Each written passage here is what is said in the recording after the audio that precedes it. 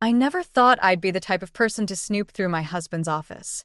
Yet here I was, hands trembling as I held a letter that would shatter everything I thought I knew about my life with Grant. My name is Lila, and until today, I believed I had the kind of marriage other people envied. 15 years together, a beautiful adopted daughter, and a life that looked perfect on paper. But paper, as I was learning, could hide devastating secrets. I hadn't meant to find it. I was just looking for our daughter Avery's immunization records for her school registration when I knocked over a stack of Grant's files. As I gathered the scattered papers, an unopened envelope caught my eye. The return address was from Meridian Investment Partners, dated 3 months ago. "What are you doing in here?" Grant's voice made me jump. He stood in the doorway of his home office, his usually pristine appearance slightly disheveled. His tie was loose, and dark circles shadowed his eyes. "I needed Avery's records," I said, still clutching the letter. "Grant, what's this about a margin call for $2 million? His face hardened in a way I'd never seen before. "You had no right to read my private correspondence." "Private correspondence? We're married. Since when do we keep secrets about money?" My voice cracked. $2 million, Grant. That's not just some small investment gone wrong. He crossed the room in 3 quick strides and snatched the letter from my hands. "It's being handled. This is exactly why I didn't tell you. You're overreacting." "Overreacting? Our daughter's college fund is tied to your investment accounts. Is that gone too?" Grant's silence told me everything I needed to know. "Jesus Christ," I whispered. "Does your mother know about this?" His laugh was bitter. "Mother? Of course not. And she's not going to know. Neither is anyone else." He stepped closer, his cologne suddenly suffocating.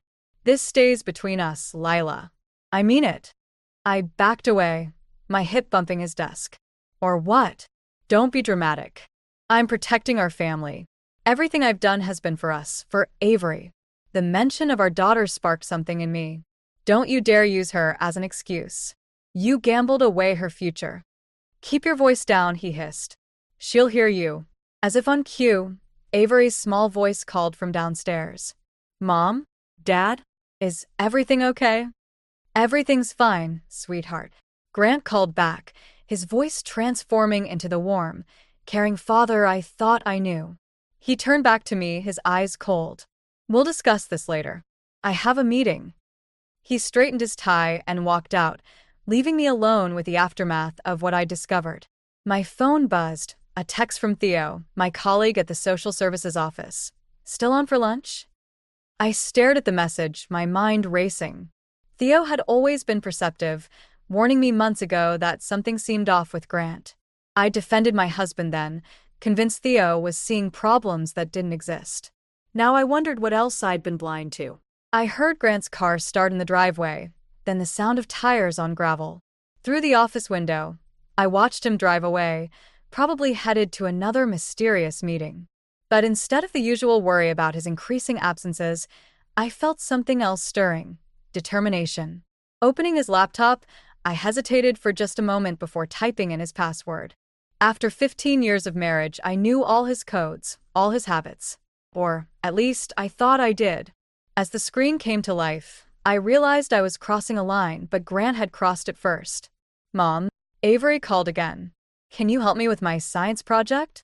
"Coming, sweetie," I called back, but my eyes were fixed on a folder labeled Phoenix Initiative. My cursor hovered over it, my heart pounding.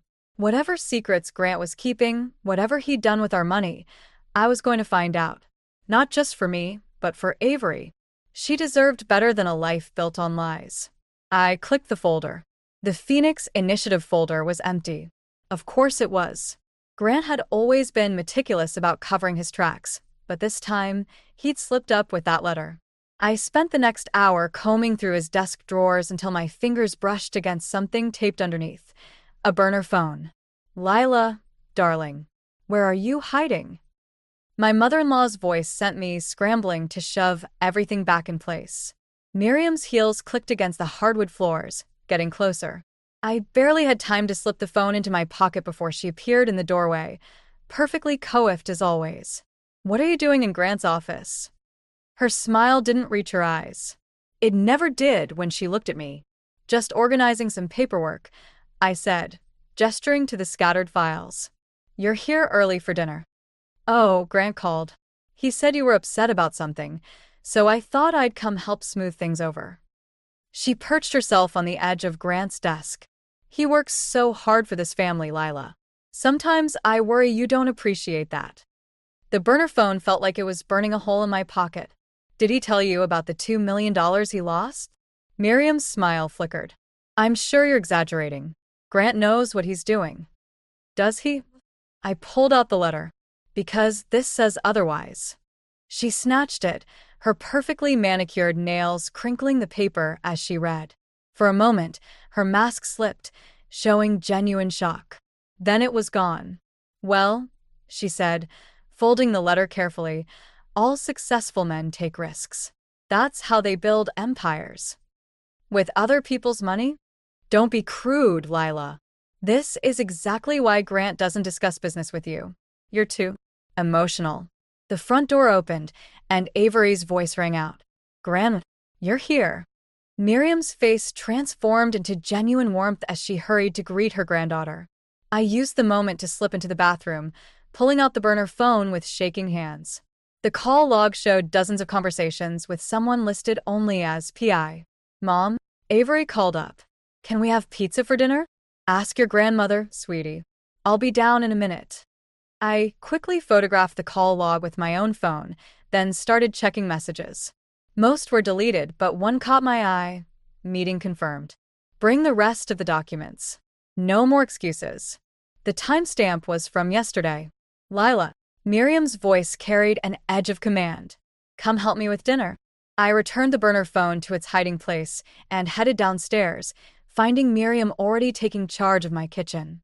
Avery sat at the counter, watching her grandmother pull ingredients from the fridge. Pizza's not healthy, Miriam was saying. I'm making your father's favorite casserole. But Mom promised. It's fine, Avery, I interrupted, catching my daughter's disappointed look. We can have pizza another night. Miriam smiled triumphantly. See? Your mother can be reasonable when she tries. My phone buzzed, a text from Theo. You okay? You missed lunch. Before I could respond, Grant walked in. He kissed Avery's head, then his mother's cheek, before turning to me with a practiced smile. Mother, thank you for coming. I hope you talked some sense into my wife. We were just discussing how hard you work, Miriam said, shooting me a warning look. I felt the weight of their expectations, their assumptions about my role in this family. The burner phone's messages burned in my mind. Whatever Grant was involved in, it was bigger than just lost investments. Actually, I said, meeting Grant's gaze, your mother and I were discussing the Phoenix Initiative.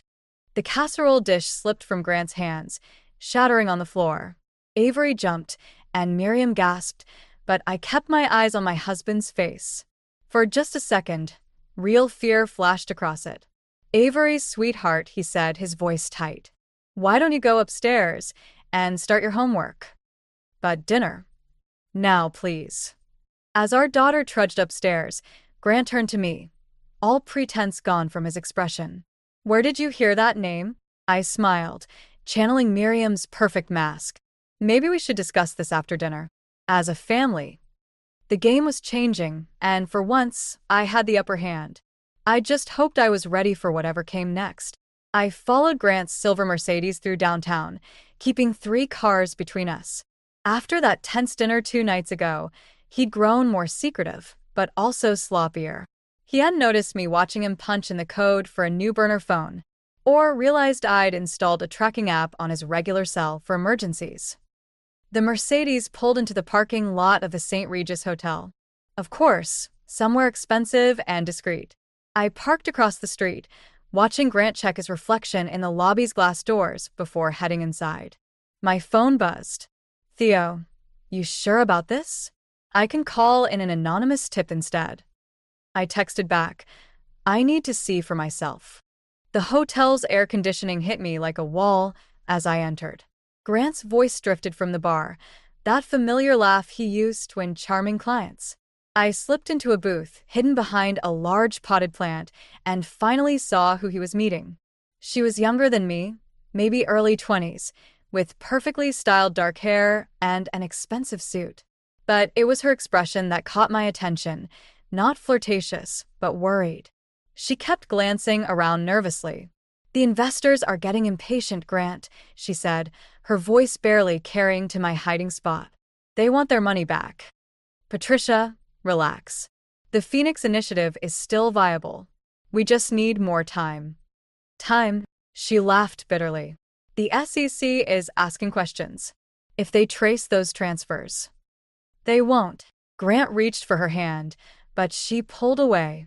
"Trust me, I've handled everything." "Like you handled the margin call?" Patricia stood up, gathering her papers. "I'm not going down for this. You have until Friday to make it right." She hurried past my booth without noticing me, leaving Grant alone with his whiskey. I waited, watching him make 3 separate phone calls, his movements becoming increasingly agitated. Finally, he headed for the elevator. I should have left then. Should have gone home to Avery, who was probably wondering why both her parents were working late again. Instead, I followed him. The elevator stopped on the 7th floor.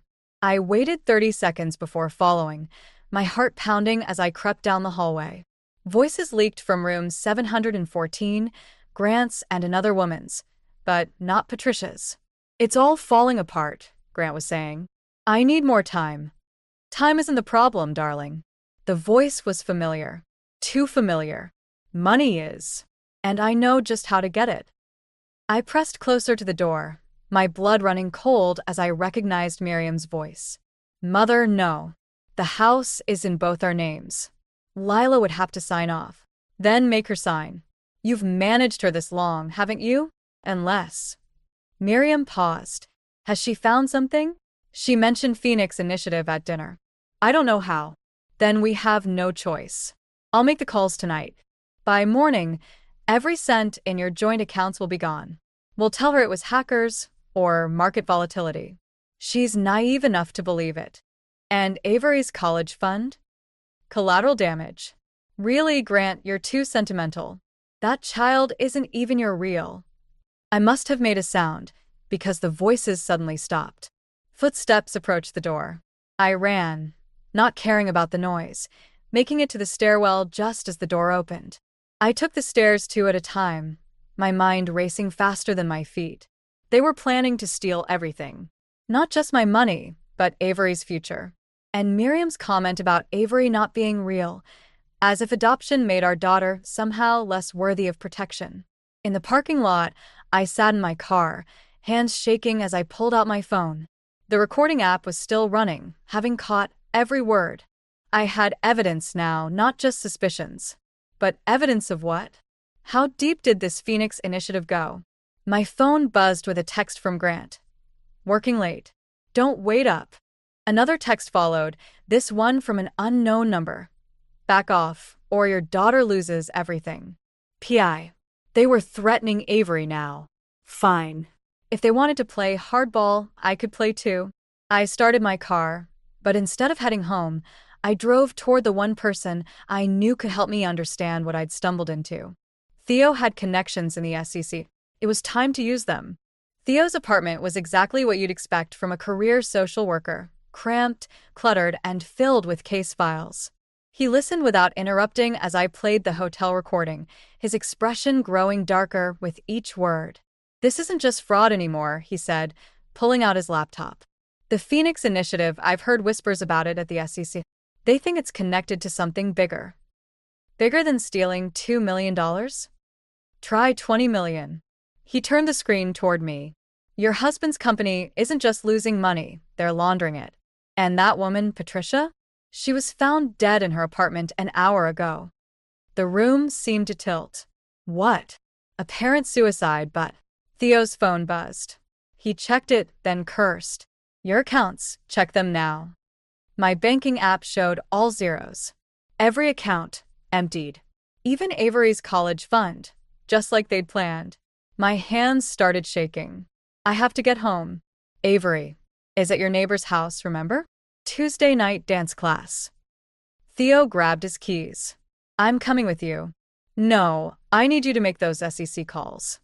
Find out what else Grant's involved in. I stood up, steadying myself. I can handle my husband, Lila. Theo caught my arm. Grant isn't just your husband anymore. He's a suspect in a federal investigation. And now possibly murder. My phone lit up with Grant's face. I answered on speaker. Where are you? His voice was too calm. Mother's trying to reach you. I'm handling a work emergency. Is everything okay? Oh, everything's fine. Except someone accessed my private files today. You wouldn't know anything about that, would you? I met Theo's eyes. No, why would I? Interesting. Because Avery mentioned seeing you follow my car earlier. My blood ran cold. Is she okay? She's fine. Mother picked her up early from dance. We're all having a lovely dinner.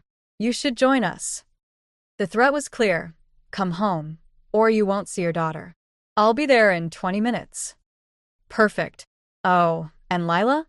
Leave your phone here. Family dinner should be private, don't you think? The line went dead. You can't go, Theo said. Let me call and back up. They have my daughter. I pulled out my phone, quickly forwarding the recording and account screenshots to his email. If I don't show up alone, they'll disappear with her. You know they will. Then, what's your plan? I open my purse, showing him Grant's burner phone.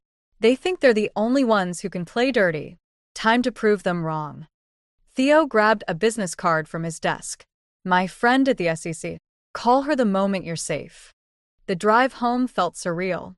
Our house glowed with warm light, looking like the perfect family home we'd pretended to be. Through the dining room window, I could see them. Grant at the head of the table, Miriam beside him, and Avery, my beautiful daughter, pushing food around her plate. My phone buzzed one last time, an email notification. Theo had found something about Phoenix Initiative. I forwarded it without reading it, then deleted everything. Whatever happened next, I needed evidence somewhere safe. Taking a deep breath, I walked to my front door. Before I could reach for my keys, it swung open. Grant stood there, smiling that perfect smile that used to make me feel safe. Welcome home, darling. Mother made your favorite lasagna. Did she? I stepped inside, my heart racing as the door closed behind me. That's so thoughtful. Isn't it? His hand gripped my arm, steering me toward the dining room. Family should always come first. Don't you agree? I caught Avery's eye as we entered. She looked scared, but trying to hide it, just like her mother. Absolutely, I said, taking my seat. Family is everything. Miriam raised her wine glass. To family. I raised mine too, watching the red liquid catch the light. Somewhere in the city, Theo was making calls. Evidence was building. All I had to do was keep my family safe for one more night. To family, I echoed and took a sip. The manila envelope sat heavy in my lap as I waited in Grant's office parking lot. Inside were divorce papers, custody agreements, and printouts of every damning email Theo's SEC contact had sent me. It had been 3 days since that horrible family dinner, 3 days of playing the dutiful wife while gathering evidence. Grant's Mercedes pulled into his reserved spot. Showtime. We need to talk, I said, stepping out of my car. He didn't look surprised to see me. Let me guess, another conversation about trust? About Patricia Martinez's suicide, actually. His step faltered. Just slightly, but enough. I read about that. Tragic. Interesting timing, though. Right after she threatened to expose Phoenix Initiative. I followed him into the building. Did Mother help with that too? He jabbed the elevator button harder than necessary. Careful, Lila. You're starting to sound paranoid. The elevator doors closed, trapping us together. I pulled out the papers. I want full custody of Avery. Excuse me? Sign these, and I won't send copies to the SEC.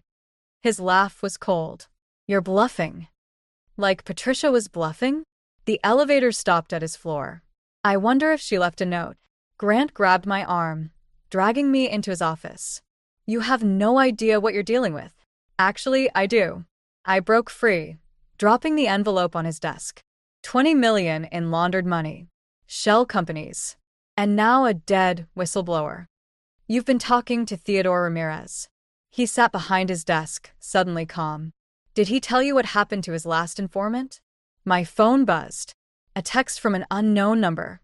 Avery's safely picked up from school. Where is she? My voice shook.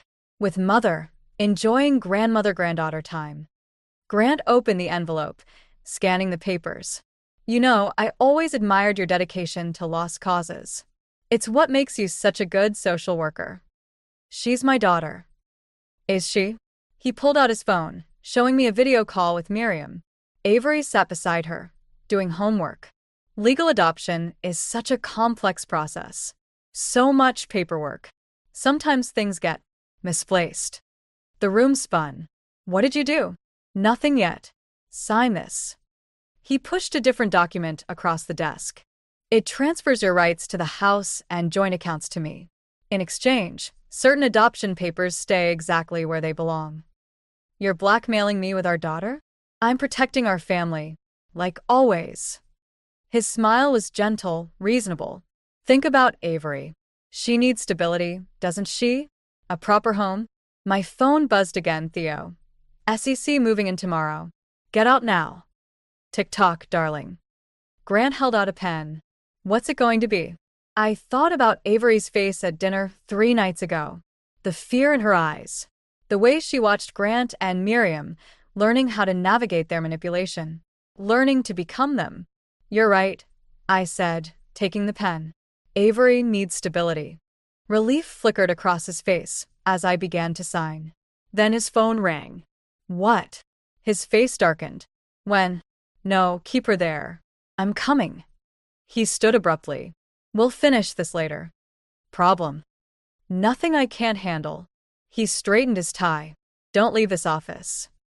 The moment he was gone, I grabbed his laptop. His password was still the same, Avery's birthday. Amateur. Within minutes, I found what I needed. Emails about Phoenix Initiative, transfer records, and something unexpected, messages about Patricia's accident.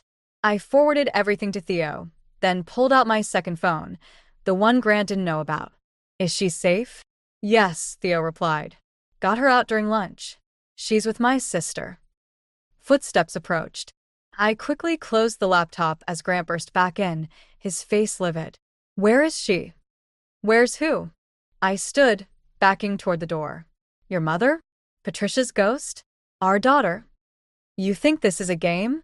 He advanced on me. You have no idea what these people are capable of.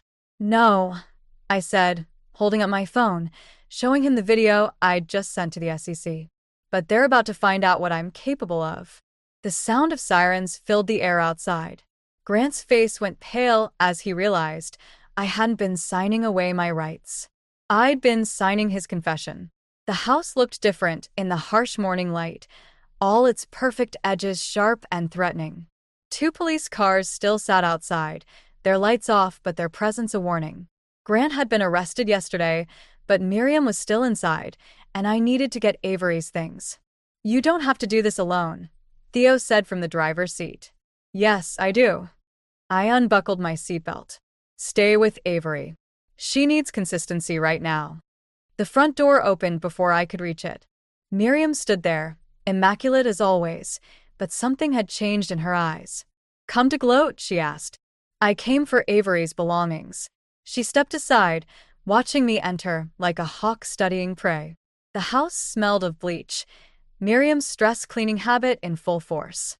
You've destroyed this family, she said, following me upstairs. Was that your plan all along? Worm your way in, then tear everything down. I pushed open Avery's door, fighting back nausea at the sight of her empty bed. You and Grant did that yourselves. We gave you everything. A home, a family, a child you couldn't have on your own. My hands shook as I packed Avery's favorite stuffed animals. You gave me lies. Grant's under investigation for murder, and you're probably next. Is that what you think? Miriam's laugh was brittle. The police just left. Apparently, all the evidence on Grant's computer was corrupted. Such a shame. I froze. What? And those adoption papers you were so worried about? They're perfectly legal now. Amazing what good lawyers can accomplish overnight. The room spun. Everything I'd gathered, all the evidence. Don't look so devastated, Miriam said. Grant will be out by evening. The Phoenix Initiative has very powerful friends. You're lying. Check your phone. A news alert lit up my screen. Key evidence in financial fraud case corrupted. Suspect released pending investigation. No, I whispered. Oh, yes. Miriam picked up one of Avery's drawings from her desk. You know what's interesting about phoenix birds? They always rise from the ashes. Unlike social workers who make enemies of the wrong people. My phone buzzed again, Theo. Something's wrong. Police at the house. They have questions about your involvement. What did you do? I demanded. Me? Nothing. But it seems someone used your credentials to access confidential financial records. And poor Patricia's medical history. Miriam's smile was venomous. Grant may have been sloppy, but I've been playing this game longer than you've been alive. Heavy footsteps echoed downstairs. Male voices called out, official and demanding. That'll be the detectives, Miriam said. They have some concerns about your relationship with Theodore Ramirez. All those late-night meetings, secret phone calls. What would child services say about such unstable behavior from an adoptive mother? The room closed in around me. Everything I'd done to protect Avery was being twisted, used against me. You can't. I can do anything I want. Miriam stepped closer. But I'm giving you a choice. Leave now. Walk away from Avery, from all of this. Start fresh somewhere far away. Or stay and fight. Watch them tear apart your life, your career, your reputation. Watch Avery learn what it means to have a mother who chose revenge over family. The footsteps reached the top of the stairs. Tick-tock, Miriam whispered. What's it going to be? I looked at Avery's room, her books, her toys, the life we'd built. Then at the window, with its convenient trellis leading down to the garden. The same one I'd caught Grant using during his late-night meetings. You're right about one thing, I said, moving toward the window. A phoenix does rise from the ashes. Running away then? How disappointing. I turned back, meeting her triumphant gaze. No. I'm going to burn everything down first. The door burst open as I swung out onto the trellis. Let them chase me. Let them think they'd won. Because Miriam had forgotten something crucial about phoenix birds. When they rise from the ashes, they bring the fire with them. The motel room's flickering light made the documents spread across the bed look like evidence from a crime scene. In a way, they were. 3 days of hiding, calling in favors, and piecing together what Miriam thought she destroyed had led to this moment. My burner phone buzzed. It's done, Theo texted. FBI has the files. You sure about this? Before I could respond, someone knocked. Through the peephole, I saw Miriam, alone and looking less polished than usual. I know you're in there, she called. We need to talk. I opened the door, but blocked the entrance. How did you find me? Please. You used your old student ID to check in. Amateur move. She held up her hands. I'm alone. Grant doesn't know I'm here. Why should I believe you? Because the FBI just raided our house. Again. This time with evidence that wasn't conveniently corrupted. Her voice cracked. What did you do? I let her in, watching her take in the wall of evidence I'd constructed, photos, bank statements, and most importantly, Patricia's real suicide note. You were sloppy too, I said. Keeping trophies of your victories? Those files in your personal safe told quite a story. You broke into my house? No. Your housekeeper did. Amazing what people will share when they discover their pension was part of the money you stole. Miriam sank into the room's single chair. Where's Grant? Probably being arrested again. This time with evidence even Phoenix Initiative's lawyers can't make disappear. You don't understand what you've done. She looked older suddenly, vulnerable. These people, they'll come after all of us now. Even Avery. No, they won't. I pulled out my final piece of evidence, a USB drive. Because I have everything. Every name, every transaction, every crime. If anything happens to us, it goes public. You're bluffing. Try me. I sat on the bed's edge. You taught me well, Miriam. About family, about protection, about rising from the ashes. Her laugh was hollow. Is this revenge then? For all those years, I made you feel unwelcome? This is justice. For Patricia. For everyone whose lives you and Grant destroyed. I leaned forward. But mostly, it's for Avery. So she never learns to become like you. You've taken everything from me, she whispered. No. You did that yourself. Every time you chose power over integrity. Every time you taught Grant that money matters more than morality. My phone buzzed again, a news alert about Grant's arrest. Miriam saw it too. He'll hate you for this, she said. Maybe. But Avery will be proud. Eventually. And what about me? For the first time, I saw real tears in her eyes. What happens to me? I pulled out an envelope. That's up to you. Option 1. Confess. Help the FBI unravel Phoenix Initiative. Maybe get leniency. And option 2. Run. Take what's left of your hidden accounts. Yes, I found those too, and disappear. Never contact us again. She stood slowly, straightening her jacket out of habit. You really think it's that simple? No. But I think it's necessary. I moved to the door. You have until morning to decide. After that, the FBI gets everything.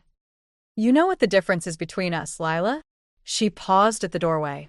I would have burned it all down out of spite. You did it out of love.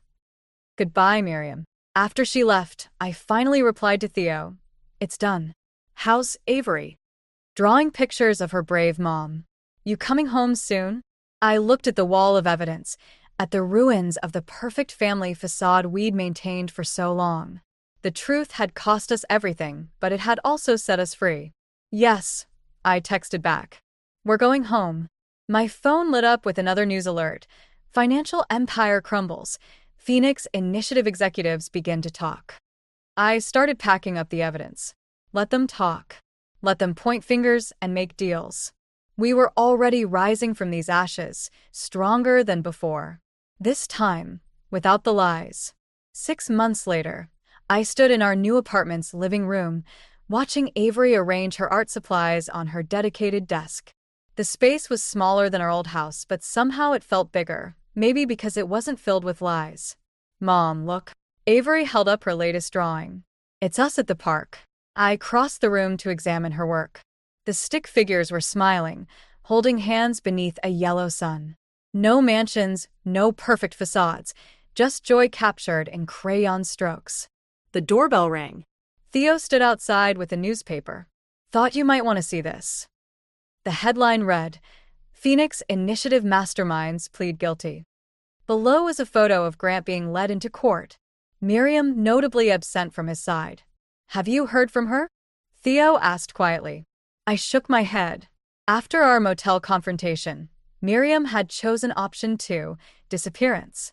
Sometimes postcards arrived for Avery from different cities, always unsigned but unmistakably in Miriam's elegant hand. The prosecutor called.